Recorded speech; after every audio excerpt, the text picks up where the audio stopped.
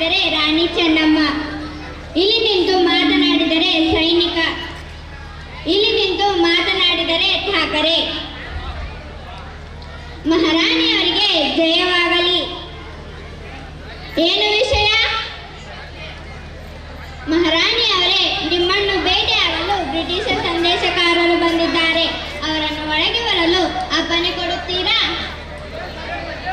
ಆಗಲಿ, ಆ ಬ್ರಿಟಿಷ್ ಸಂದೇಶಕಾರರನ್ನು ಒಳಗೆ ಬರಲು ಹೇಳು.